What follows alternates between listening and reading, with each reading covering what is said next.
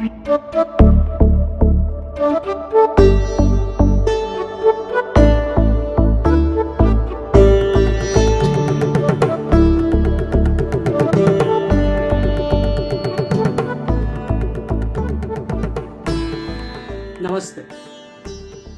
Good evening. આપ સૌનું સ્વાગત છે. જી, કોકોનટ થિયેટર, ચાયવાય એન્ડ રંગમંચ ગુજરાતી તખ્તાને સંઘ સીઝન 3 અને ticketninja.in તરફથી પણ આપ સૌનું સ્વાગત છે. સૌથી પહેલા coconut theatre, Chaiwai and Rangmanch and ticketninja.in નો આભાર માનીએ કે એમણે આ સુંદર સેશન્સ, આ સુંદર કાર્યક્રમ શરૂ કર્યો છે. તો હું ગોપી દેસાઈ અને આજનો મારો વિષય છે my learning from theatre. My learning from theatre એટલે થિયેટરમાંથી હું શું શીખી કે ન શીખી.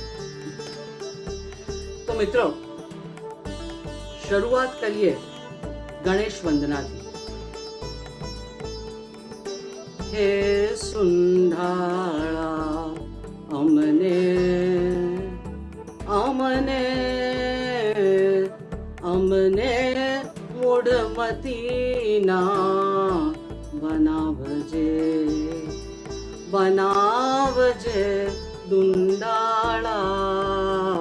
હે સુંધાળા અમને અમને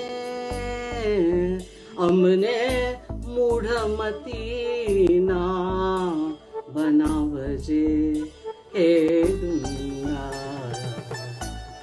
કોરોના જેવું રહે ન કાંઈ, કોરોના જેવું રહે ન કાંઈ, કોરોના જેવું રહે ન કાંઈ. ટળી જાય સહુ લાળા, હે લાળા લાળા લાળા. હે સુંધાળા અમને અમને અમને મૂઢમતીના બનાવજે બનાવજે દુંડાળા. હે સુંધાળા. મિત્રો, આ ગીત સર્વેશ્વર દયાલ સક્સેનાનું નાટક હતું બકરી, જેનું રૂપાંતર ચીનુભાઈ મોદીએ કર્યું હતું. આ ગીત પણ એમણે લખ્યું હતું અને આનું સ્વરાંકન નિમેશ દેસાઈએ કર્યું હતું. રંગમંચની વાત યાદ આવે, રંગમંચની વાતો કરીએ તો નિમેશ દેસાઈ વગર વાત આગળ ન ચાલે, કારણ કે અમે મળ્યા હતા રંગમંચ પર તો નાટકને લીધે. તો આ ગીતથી શરૂઆત કરી, આ ગણેશ વંદનાથી. મિત્રો, નાટકમાંથી હું ઘણું બધું શીખી અને ખૂબ નાની ઉંમરે નાટક કરવાનું શરૂ કરી દીધું હતું, એટલે ઘણું બધું શીખવા મળ્યું. અને સૌથી પહેલા આપણને બધાને જે બહુ જ ગમે છે અને બહુ જ ગમતું હોય છે, વાહ, ઓડિયન્સની વાહ અને તાળીઓ. ઓડિયન્સની તાળીઓ ને વાહ, એના પરથી હું જિંદગીમાં વાહ બોલતા, તાળીઓ મારતા શીખી. એનો અર્થ કે હું અપ્રિસિએશન શીખી, હું વખાણ કરતા શીખી કે લોકો તમારી આજુબાજુ દુનિયામાં કંઈ પણ વસ્તુ, નાની મોટી, કુદરત, એ દરેકને હું વાહ કહેતા શીખી. આ ઓડિયન્સ પાસેથી શીખી. એટલે કલા, કલાકારો, સહકલાકારો, એ બધાનું અપ્રિસિએશન હું શીખી આ નાટકમાંથી, આ થિયેટરમાંથી. બીજું મિત્રો હું શીખી, આમ તો જીવન છે ને આ રંગભૂમિમાં વણઝારા જેવું રહ્યું છે, જીપ્સીઝ જેવું. એટલે આજે અહીં ને કાલે ત્યાં ને પરમ દિવસે ક્યાં ના ક્યાં. તો કંઈ પણ હોય, કોઈ પણ સંજોગો હોય, એમાં જીવવાની ટેવ પડી ગઈ. એટલે કોઈ હઠાગ્રહો, આગ્રહો, દુરાગ્રહો નથી રહ્યા. કે આમ જ જોઈએ ને આવું જ જોઈએ ને આવું જ હોવું જોઈએ, એવું બધું કશું નહીં. જે છે એ છે. ઘણા બધાને પોઝેશન હોય છે કે મારો તકિયો, મારી ચાદર, મારી રજાઈ, એવું કશું રહ્યું જ નથી. એટલે કોઈ દુરાગ્રહ નહીં, બસ એક રૂમ જોઈએ સ્વચ્છ, અને એનાથી થોડી વધારે સ્વચ્છ બાથરૂમ જોઈએ. આવી એક જરૂરિયાત રહી છે.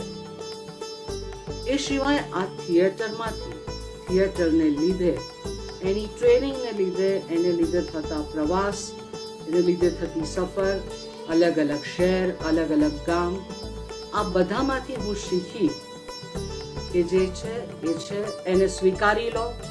કોઈ ફરિયાદ નહીં, કોઈ આગ્રહો નહીં, કોઈ દુરાગ્રહો નહીં, કશું છે. તો મિત્રો, 2 પોઈન્ટ મેં તમને કહ્યા. એક તો વાહ શીખી હું. જગતમાં મારી આજુબાજુ જે કંઈ પણ છે બધાને વાહ. બાઈ પણ જો સરસ સાફ કરીને જાય કે બાથરૂમ એને ચકાચક કરી હોય તો વાહ, ક્યાં વાત. કે એક ડ્રાઈવર તમને લઈ જતો હોય હાઈવે પર 120 કિલોમીટરની સ્પીડે, પણ એ સુંદર ચલાવતો હોય તો વાહ.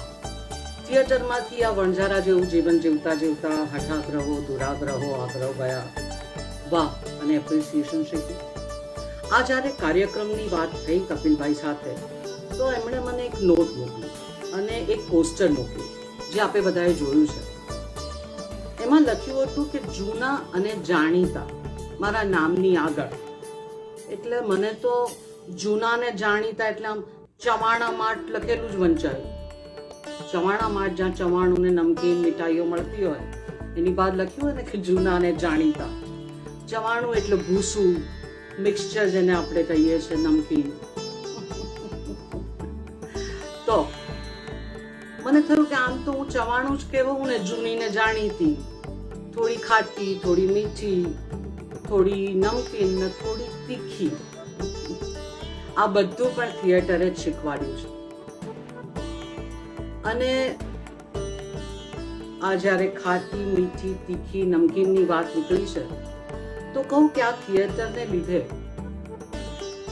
નાટક પત્યા પછી તમે જમો એટલે કોઈ વાર 1 વાગ્યો હોય, 1:30 વાગ્યો હોય, કોઈ વાર કોઈ જગ્યાએ જઈને જમવાનું હોય, એટલે કોઈ સ્વાદનું પણ કશું રહ્યું નહીં. સ્વાદ, આસ્વાદ, જમવાનું છે ને, આ રોટલી આમ જ જોઈએ કે દાળ આવી જ હોય કે શાકમાં આવું જ હોય કે આમાં પાણી ન હોય કે હોય, એ બધું કશું જ નહીં. જે મળ્યું છે એ ખાઈ લેવાનું ચૂપચાપ. આ સ્વાદિષ્ટ ખાવાનું ખૂબ ભાવે, ખૂબ ગમે, પણ આ એક ટેવ પડી ગઈ છે કે ગરમ જ જોઈએ ને આટલું જ ગરમ જોઈએ. કશું નહીં. કેટલી સુંદર વાત છે. જિંદગીને કેટલી સરળ બનાવતા આ થિયેટરે આટલા વર્ષોમાં શીખવ્યું છે. વાહ, અપ્રિસિએશન. જીપ્સી જેવા જીવનમાં કોઈ આગ્રહ નહીં, દુરાગ્રહો નહીં, અને સ્વાદ, એનો આસ્વાદ લેતા શીખવાડ્યું. જેમ નાટ્યશાસ્ત્રમાં 9 રસ છે. ગઈકાલે મારી વાલી સુજાતા મહેતાએ 9 રસની વાત કરી હતી.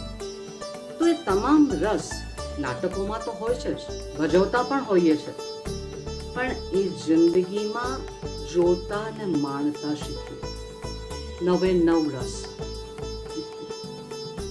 ને એટલે જીવન જીવવા જેવું લાગે, કોઈ તકલીફ ન થાય, મજા પડે, આનંદ અને સંતોષથી જીવી શકો. આઈ થિંક આ સૌથી મોટું હું થિયેટર પાસેથી શીખી છું. બીજું જે હું શીખી છું એ છે ટ્રસ્ટ, એક વિશ્વાસ, એક ભરોસો. એ ટ્રસ્ટ એ થિયેટરની ટ્રેનિંગ દરમિયાન પણ તમને શીખવાડાય છે, વર્કશોપ્સમાં શીખવાડાય છે, અને નાટકમાં સ્ટેજ ઉપર આ ટ્રસ્ટ સૌથી વધારે કામ કરે છે. તમને નાટકમાં કોઈ લાફો મારવાનો છે કે તમને ધક્કો મારવાનો છે, તમને ખબર છે કે એ તમારો સહકલાકાર એવી રીતે મારશે કે ઓડિયન્સને લાગે કે આ સાચું છે, પણ એ એક્ટિંગ કરશે. આ તમારો ટ્રસ્ટ છે. એમાં ક્યારેક લાફો વાગી જાય, પણ એમનો ઈરાદો ન હોય સહકલાકારનો કોઈનો. આ જે ટ્રસ્ટ છે તે નિર્માતા તમને કે ફલાણી તારીખે 7 વાગે ઘાટકો પર પહોંચી જવાનું, એણે કીધું એટલે એનો વિશ્વાસ છે, ભરોસો છે કે આખી ટીમ ત્યાં આવશે જ અને આવે જ. આ વિશ્વાસ મૂકતા હું થિયેટર પરથી શીખી. શરૂઆતમાં જ્યારે ટ્રેનિંગ લેતી હતી નેશનલ સ્કૂલ ઓફ ડ્રામામાં પણ ઘણા ઇમ્પ્રોવાઇઝેશન્સ, ઘણી એવી એક્સરસાઇઝીસ, એવી ગેમ્સ અમને શીખવાડવામાં આવતી હતી જેનાથી આ ટ્રસ્ટ ઊભું થાય. અને આ થિયેટર સાહેબ ચાલે છે એ ટ્રસ્ટ ઉપર, એ નાટકના ગ્રુપ, એ ટીમમાં એકબીજા ઉપર ભરોસો, એ વિશ્વાસ, એ ટ્રસ્ટ, ઓડિયન્સનો કલાકારો પર, કલાકારોનો ઓડિયન્સ પર. આ એક સુંદર અદ્ભુત વસ્તુ છે આ ટ્રસ્ટ, જે આ બધાને સાંકળે છે. તો જીવનમાં હું સૌથી મોટું શીખી એ વિશ્વાસ કરતા ટ્રસ્ટ, ભરોસો. આ ઘણીવાર જિંદગીમાં થાપ પણ ખાઈ ગઈ, કારણ કે તમે ખોટી જગ્યાએ ખોટા માણસો પર ભરોસો કર્યો હોય. પણ that's okay, it's part of the game. થાય, જીવન છે તો કંઈ પણ થાય. તો મિત્રો, આ પણ એક અદ્ભુત વાત શીખીશું. નોટ્સ બનાવી રાખી છે એટલે વચ્ચે એને રિફર કરતી જઈશ. બીજું સૌથી મહત્વનું હું શીખી, આપણે બધા નાટકવાળાઓ, રંગકર્મીઓ, નાટ્યકર્મીઓ ક્યાંક ને ક્યાંક ફિલ્મ સાથે, ટેલિવિઝન સાથે સંકળાયેલા હોઈએ છીએ. પણ સાહેબ એક વાત કહી છે, અને એ કે ફિલ્મવાળા કે ટેલિવિઝનવાળા જે પૈસા મંજૂર થયા હોય એ આપવામાં 6 મહિના લગાડે, 12 મહિના લગાડે, ન પણ આપે. આ એક નાટકનો નિર્માતા છે જે તમને પૈસા આપે છે. સાહેબ કેટલી અદ્ભુત વાત છે. જવલ્લે જેવું સાંભળવા મળશે, મેં તો સાંભળ્યું જ નથી કે મને ફલાણા નાટકના પૈસા ન મળ્યા. પોસિબલ. આ એ નાટકના નિર્માતાઓની ખૂબી છે, અચ્છાઈ છે, માણસાઈ છે. સલામ છે આવા નિર્માતાઓને, એના માટે નાટકને અને થિયેટરને. અને આ વર્ષોથી ચાલે છે. જે કંઈ પૈસા મંજૂર થયા છે એ મળ્યા છે. હવે અહીંયા કોઈ નિમેશ દેસાઈનું નામ લઈને આંગળી ઉપર ન કરતા. ધારો કે કોઈના બાકી રહી ગયા હોય તો એનો ઈરાદો એવો ન હોય, પણ સંજોગો નહીં રહ્યા હોય, ખાલી કહી ગઈ. સો આ એ અદ્ભુત નિર્માતાઓ છે જે વાયદાઓ નથી કરતા, જેમની પાસે 50,000 બહાના નથી કે આમ થયું છે એટલે હમણાં પૈસા નહીં, તેમ થયું છે એટલે પૈસા નહીં, સારું 3 મહિના પછી. એનીવે, મારી શરૂઆત હતી અમદાવાદથી આવીને મુંબઈમાં નાટકો કરવાની, અને ગોરંભો પહેલું નાટક હતું, સુરેશ રાજડાજીએ કર્યું હતું, અને ખૂબ ખૂબ ખૂબ મજા આવી હતી.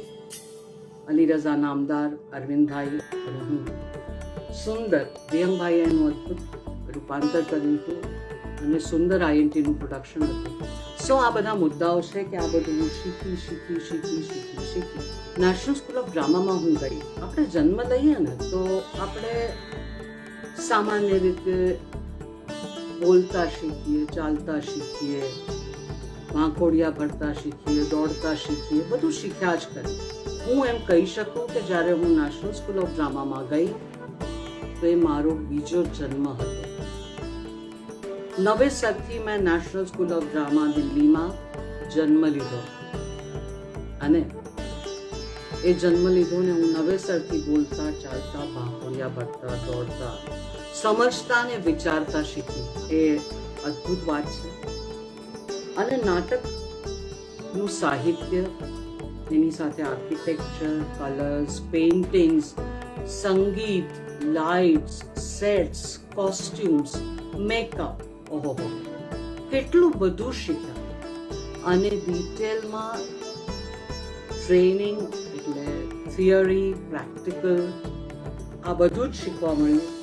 અલકાજી સાહેબ હતા, બીવી કારણજી સાથે પણ. અને એ ટ્રેનિંગ હજી સુધી ખૂબ કામ લાગી છે. એ રંગભૂમિ, એ કોમ્પોઝિશન્સ, ડ્રામા, મોમેન્ટ્સ, જે મને સિનેમામાં પણ મેં છેલ્લા ઘણા વર્ષોમાં વધારે કામ ફિલ્મ ઇન્ડસ્ટ્રીમાં કર્યું છે, ડિરેક્ટર તરીકે કર્યું છે, નોન ફિક્શન ફિલ્મો બનાવી છે, ફિલ્મો બનાવી છે. પણ સાહેબ એના પાયામાં આ થિયેટરની ટ્રેનિંગ છે, આ થિયેટરે આપેલી સમજ છે, આ થિયેટરે શીખવાડેલી વાત છે. શરૂઆત થઈ અમદાવાદમાં, એમ કહી શકું કે નાટકે પ્રેમ કરતા પણ શીખવાડ્યું. જી, નિવેશના પ્રેમમાં પડીને નાટકના પ્રેમમાં પડી, નાટકના પ્રેમમાં પડીને નિવેશના પ્રેમમાં પડી અને નાટકો જ કર્યા કરતા. એમ લાગે કે જીવતા જ નાટકો કરવા માટે. સવારથી રાત એ જ હોય, કોલેજ હોય, રિહર્સલ હોય. હું તો લાઇબ્રેરીમાં બપોરે બેસતી, પછી સ્વિમિંગ કરવા જતી, પછી ડાન્સ ક્લાસીસ અને પછી રાતથી નાટકોને રિહર્સલો અને શોઝ. પણ એ જે સમયગાળો હતો, એ જે સમય હતો એમાં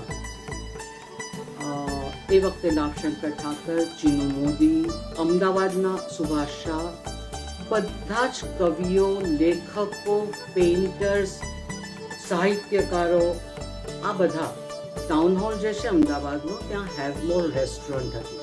કદાચ હવે નથી, પણ એ હેવમોરમાં 7:30-8 વાગે એટલે બધાનો એ અડ્ડો. જેમ કોફી હાઉસ હતા દિલ્હીમાં ને બીજી બધી જગ્યાઓએ, એવી રીતે આ હેવમોર એક અડ્ડો હતો. હું તો ખૂબ નાની હતી. રંગભૂમિની શરૂઆત થઈ હતી નિમેશની સાથે. કોલેજમાં શરૂઆત કરાવી હતી પ્રોફેસર રઘુવીર ચૌધરીએ અને ગીનીબેન, ગોવિંદીનીબેને. ખૂબ રસ લઈને નાટકની પ્રવૃત્તિઓ થતી HK આર્ટ્સ કોલેજમાં. પણ આ જે કવિ લેખકો સાથે એટલે 7:30-8 બધા બેસે, વાતો થાય, કોઈએ કંઈ નવું લખ્યું હોય તો વંચાય, એના પર ચર્ચા થાય. અને હેવમોર તો રાતના 11:30-11:15 બંધ કરી દે. એટલે ત્યાંથી આખું ગ્રુપ ઉઠીને સામે અત્યારે જે વાડીલાલ હોસ્પિટલ છે ત્યાં મહેતા, અત્યારે પણ એ દુકાન છે, રેસ્ટોરન્ટ છે, ત્યાં દુકાનો છે. એટલે દુકાનોના શટર પડી જાય તો પગથિયા. સાહેબ સવારે 4, 4:30, 5 વાગ્યા સુધી એ પગથિયા ઉપર અમે બેસી રહેતા હતા. અને આ બધા જ મોટા મોટા કવિઓ, લેખકો, પેઇન્ટર્સ અને હું અને નિમેશ. અને સવારે 5 વાગ્યા સુધી બસ આનંદ માણવાનો. અને સવારે 5 વાગે જેની પાસે સ્કૂટરો હતા એ સ્કૂટરની કિક મારીને જાય. અમારી પાસે લ્યુના હતા તો લ્યુના ચલાવીને અમે ઘરે જતા. અમારું લ્યુના, નિમેશનું લ્યુના, કોઈ રિક્ષામાં. તો નાટકે બીજા ઘણા બધા કલાના ફોર્મ્સ સાથે મેળવ્યા, જે ખૂબ જરૂરી છે, જે સમજવું જરૂરી છે, એનું એપ્રિસિએશન કરવું જરૂરી છે. વાંચન એ મને નાનપણથી જો કે ટેવ હતી વાંચવાની, કારણ કે મારા ફાધરની, મારા પપ્પાજીની અદ્ભુત લાઇબ્રેરી હજુ પણ છે. દુનિયામાંથી મેગેઝિન્સ આવતા હતા ગુજરાતી ભાષાના, લાઈફ, ટાઈમ, નિરીક્ષક, નયા બધા જાત જાતના મેગેઝિન્સ આવતા હતા. વાર્તાઓના મેગેઝિન્સ આવતા હતા. એટલે વાંચનનો નાનપણથી શોખ જે હજુ સુધી બરકરાર રહ્યો છે. અને એ થિયેટરની શરૂઆત થઈ ત્યારથી એ વાંચનનો શોખ વધ્યો છે. કારણ કે એ તમારું એક એડિશનલ ફેક્ટર બને છે. કંઈ પણ કરો, તમે ડિરેક્શન કરતા હો, તમે એક્ટિંગ કરતા હો, તમે લેખક છો, તમારું વાંચન તમને મજબૂત બનાવે છે. તમારું બેકબોન બનીને ઊભું રહે છે તમારું વાંચન.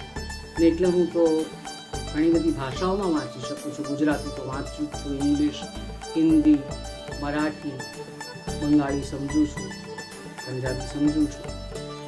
તો ટૂંકમાં મિત્રો એ વાંચન પણ અને એ લત લગાડી વાંચનની એ ટેવ પાડી અને જે હજુ પણ ખૂબ જ યુઝફુલ છે, એના માટે થિયેટર. સંગીત સાંભળવાનું ગમે, સંગીત શીખવાનો તો સમય નથી. મેં હમણાં શરૂઆતમાં ગાવાની આમ હિંમત કરી હતી. મને થયું કે ગણેશ વંદનાથી શરૂ થાય તો સારું. એટલે ચીનુભાઈ લેખિત ને નિમેશ જેને સ્વરબદ્ધ કર્યું હતું એ મેં શરૂઆત કરી. સંગીત સાહેબ કોઈ પણ કલાનું નામ લો અને ડાન્સ. આ જ થિયેટરમાં મને જે ડાન્સ, હું કુચીપુડી શીખી છું, ભરતનાટ્યમ શીખી છું, સ્મિતાબેન શાસ્ત્રી પાસે કુચીપુડી, મીનાક્ષી ઠાકોર પાસે.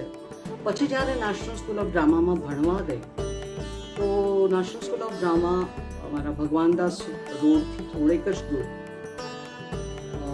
ખૂબ મોટું નામ છે ડાન્સર સ્વપ્ન સુંદરી રહેતા હતા.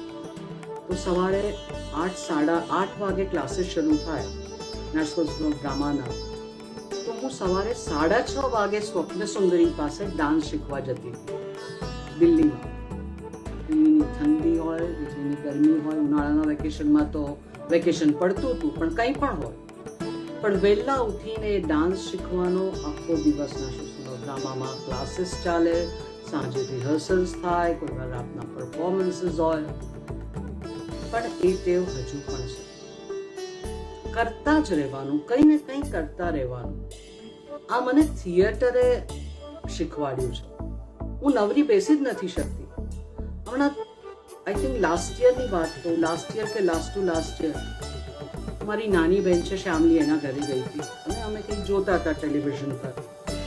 તો એણે કીધું કે આમ પગ લાંબા કરીને પાછળ આમ ટેકીને બેસો ને. મેં ટ્રાય કર્યો, બિલીવ મી, હું સાચું કહું છું. મેં કીધું હું તો આવી રીતે આમ ટેકો દઈને આમ ખાટલા પર પગ લાંબા કરીને આમ બેઠી હોઉં એવું મને યાદ જ નથી.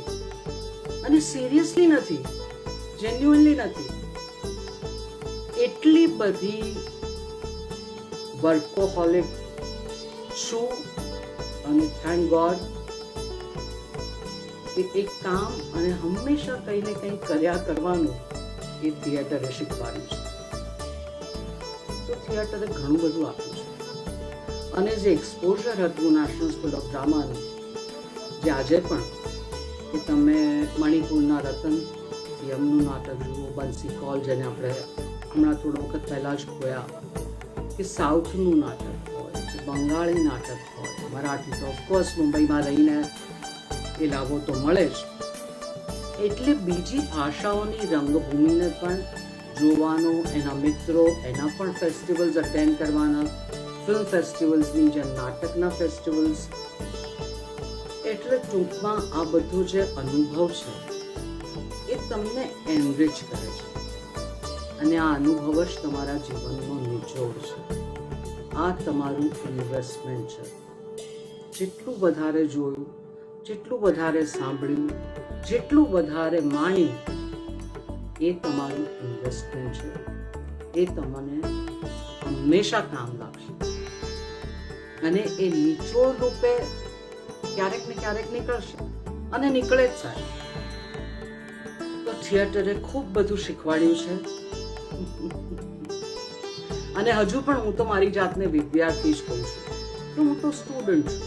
મને કોઈ પણ શીખવાડે, કંઈ પણ શીખવા મળે તો મને મજા જ પડે કે હા, આ કંઈક નવું આવે. આ પણ ટ્રસ્ટ છે.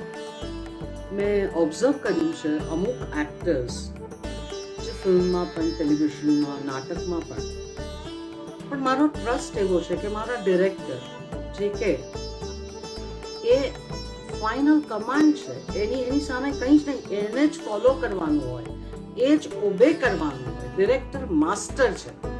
આઈ જસ્ટ બ્લાઇન્ડલી ફોલો ધેમ.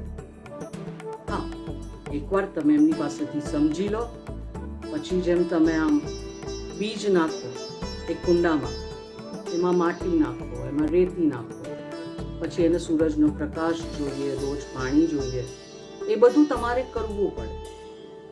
એ છોડને તમારે, એ બીજને તમારે ઉગાડવાનો છે.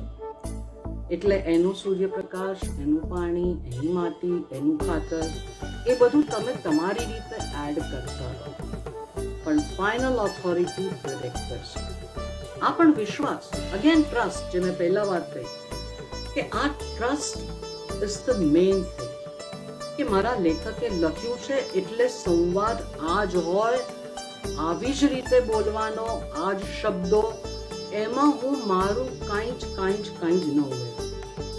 કારણ કે લેખક અને દિગ્દર્શકે એને ટોટાલિટીમાં, એને ગંભીરતાથી જોઈને તમને કીધું છે કે આ આમ છે, કે એ તમારી સ્ક્રિપ્ટમાં આવ્યું છે, કે ડિરેક્ટરે તમને કીધું છે.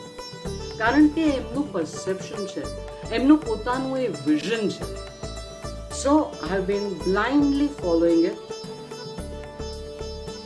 અને એની મજા જ આવે.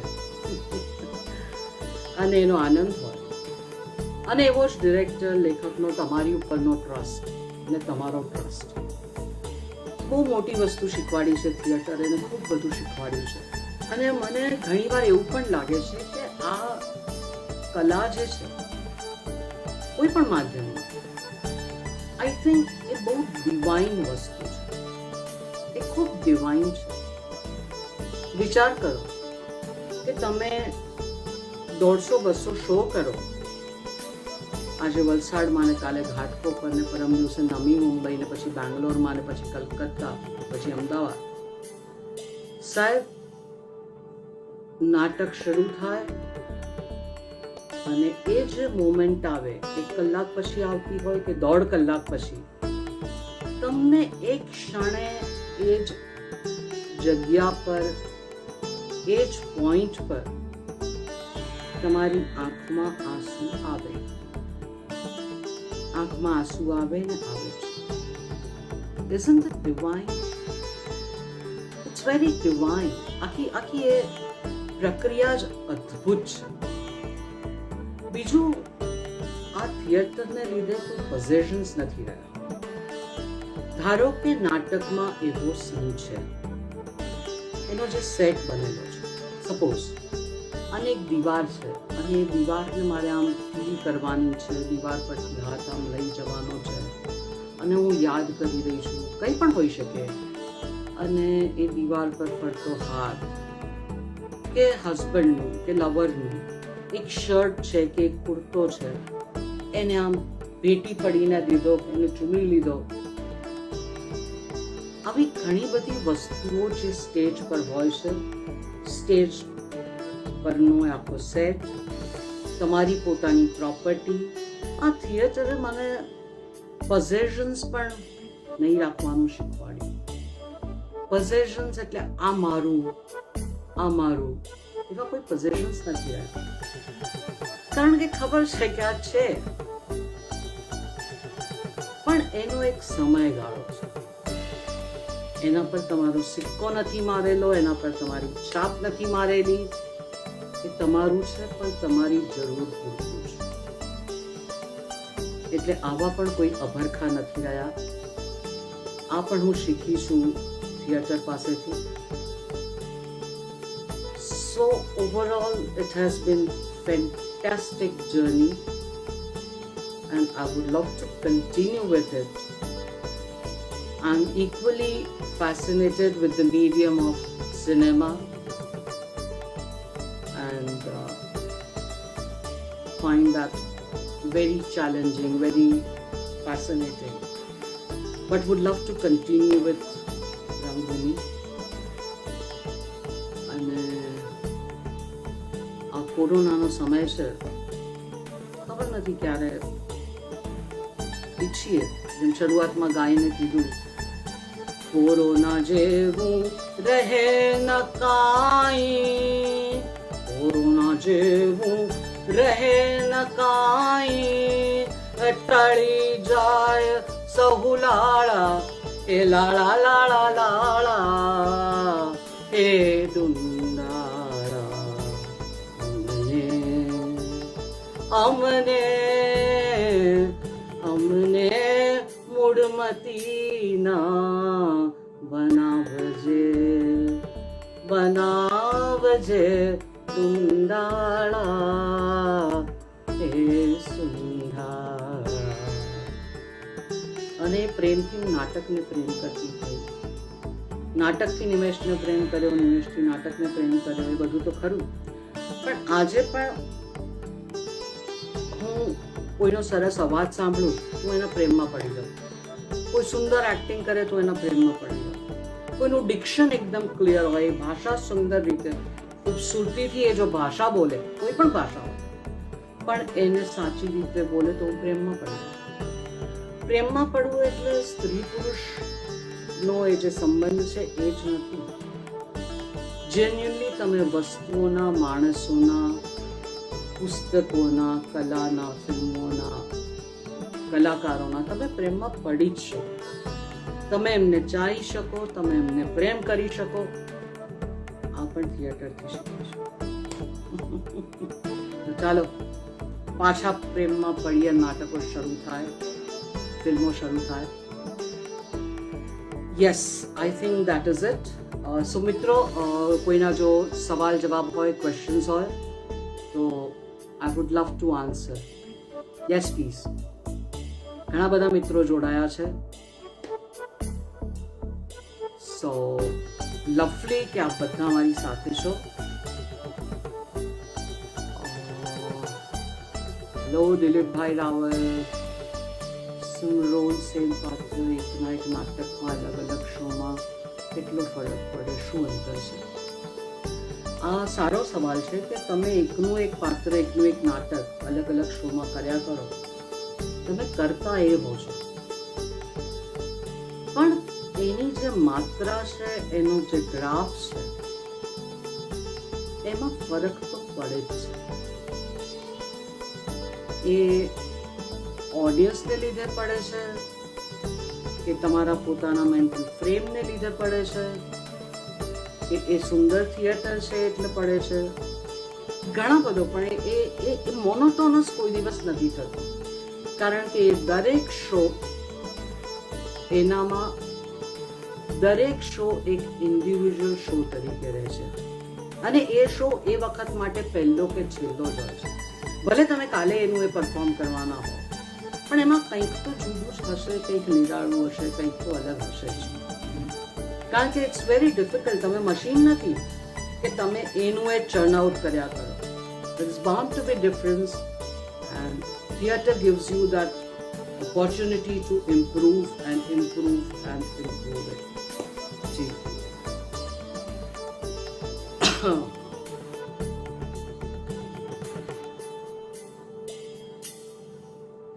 યોગેશભાઈ કહે છે ઢોલીડો musical play, your favourite actor. My favourite actor મિત્રો, જો બીજી વાત કે થિયેટર શરૂ થયું ત્યારે ઘણા બધાએ કીધું છે, ને આપણને બધાને ખબર છે કે ઓબ્ઝર્વ કરો, સાંભળો, જુઓ ને એમાંથી શીખો. નાટકો તો ખરા જ, પણ એ ફિલ્મોમાં પણ એ જે કેરેક્ટર્સ છે, તો હું થિયેટરની શરૂઆત જ્યારે કરી રંગભૂમિની અમદાવાદમાં, પછી નેશનલ સ્કૂલ ઓફ ડ્રામા દિલ્હીમાં, હું ફિક્શન કરતા નોન ફિક્શન જોવાનું વધારે પસંદ કરતી હતી. કેમ? કારણ કે એ લોકો રિયલ છે. નોન ફિક્શન ડોક્યુમેન્ટરીમાં, ડોક્યુમેન્ટરી એટલે હું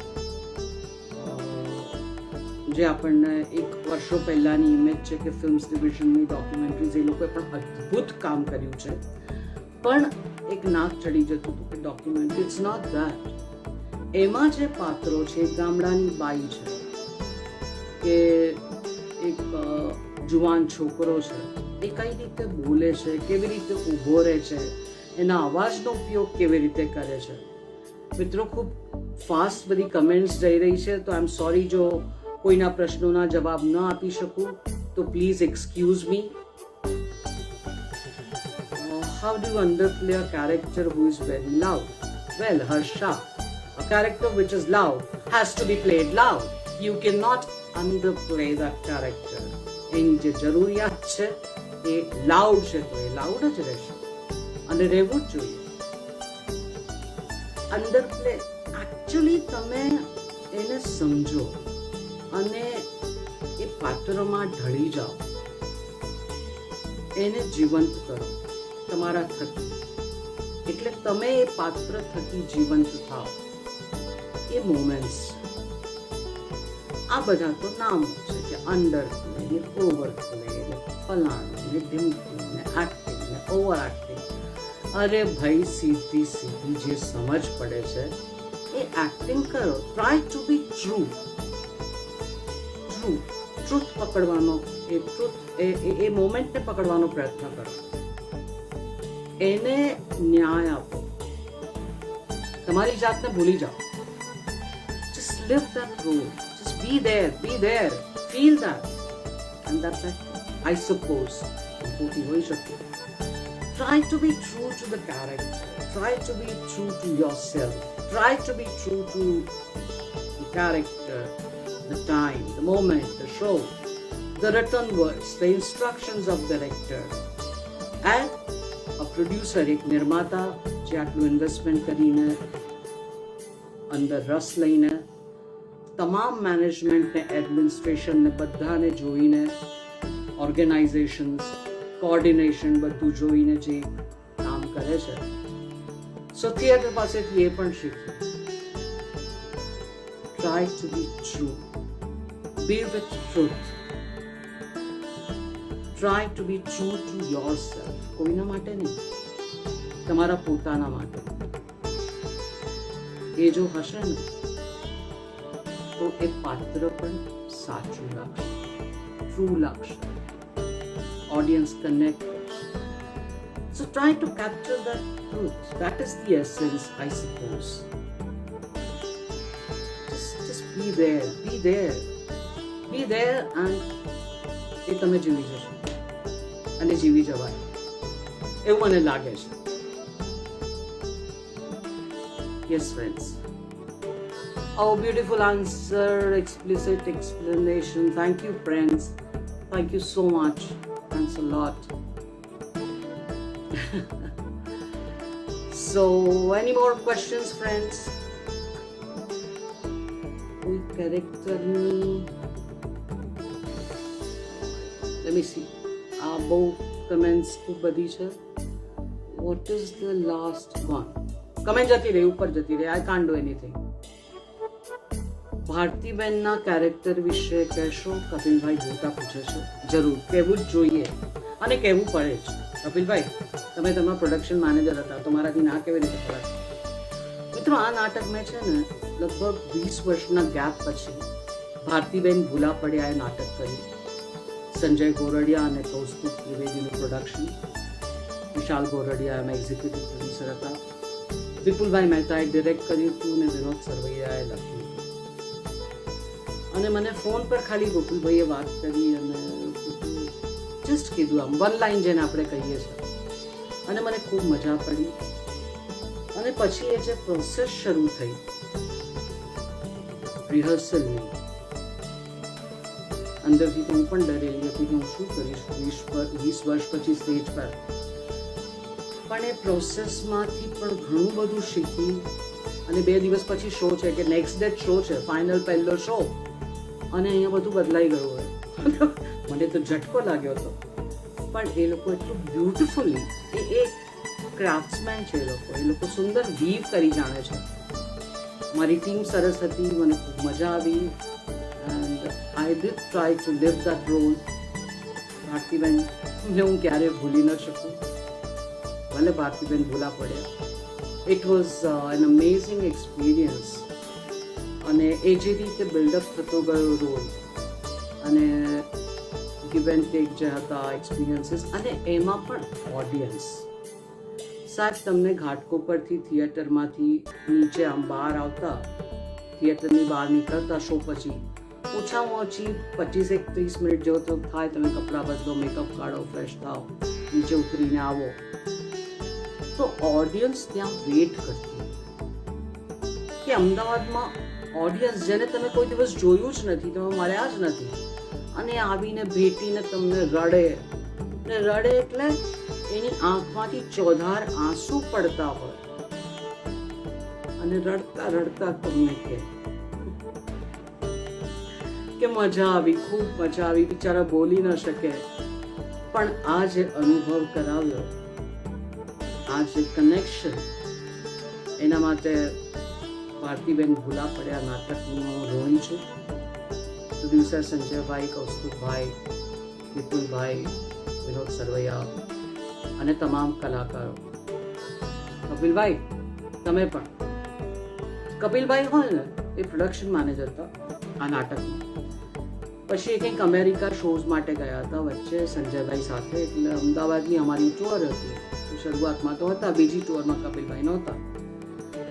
એટલે મેં એમને કીધું કપિલભાઈ તમે ન હો ને તો હું ઇન્સિક્યોર ફીલ કરું છું. હવે સાહેબ તમે સમજો કે અમદાવાદ મારું ગામ, ભલે હું 37 વર્ષથી મુંબઈ રહું છું, ટીમ એની એજ બધું જ, પણ આ ખૂબી છે આ દરેક ફિલ્ડના માણસ જે પેશનથી કમિટમેન્ટ સાથે ટોટલ જાતને સેલ્ફને આપીને કામ કરે ને, એટલે મેં કપિલભાઈને કીધું, મેં કે તમને નહીં હોતો આઈ ઇન્સિક્યોર એટીટ્યુડમાં હું આઈ ડોન્ટ થિંક કે મેં જીવનમાં કોઈને પણ ક્યારે પણ એવું કીધું હોય કે તમે નહીં હો તો હું ઇન્સિક્યોર ફીલ કરીશ. પણ આ ફિલિંગ કપિલભાઈ ભૂતા એ અત્યારે કોકોનટમાં છે અને આ કોકોનટ થિયેટરનો કાર્યક્રમ ચાલી રહ્યો છે. એટલે હું કોઈ ચાપલુસી નથી કરી રહી, હું કોઈ ચમચાગીરી નથી કરી રહી, એમણે મને કશું આપવાનું નથી, મારે એમને પાસેથી કશું લેવાનું નથી. પણ આ હું એક વખાણ કરું છું. અગેન જેનાથી શરૂઆત કરી હતી કે ઓડિયન્સ પાસેથી વાહ તાળીઓ મારતા શીખી, એ વખાણ કરી દઈશું કપિલ ભૂતાના, બીકોઝ હી ડિઝર્વ્સ ઇટ. મેં કીધું તમે આ ટૂરમાં નહીં હો તો I feel insecure. Thank you very much coconut, ચાય વાયન રંગમંચ and ticketninja.in. Thanks a lot. God bless you all.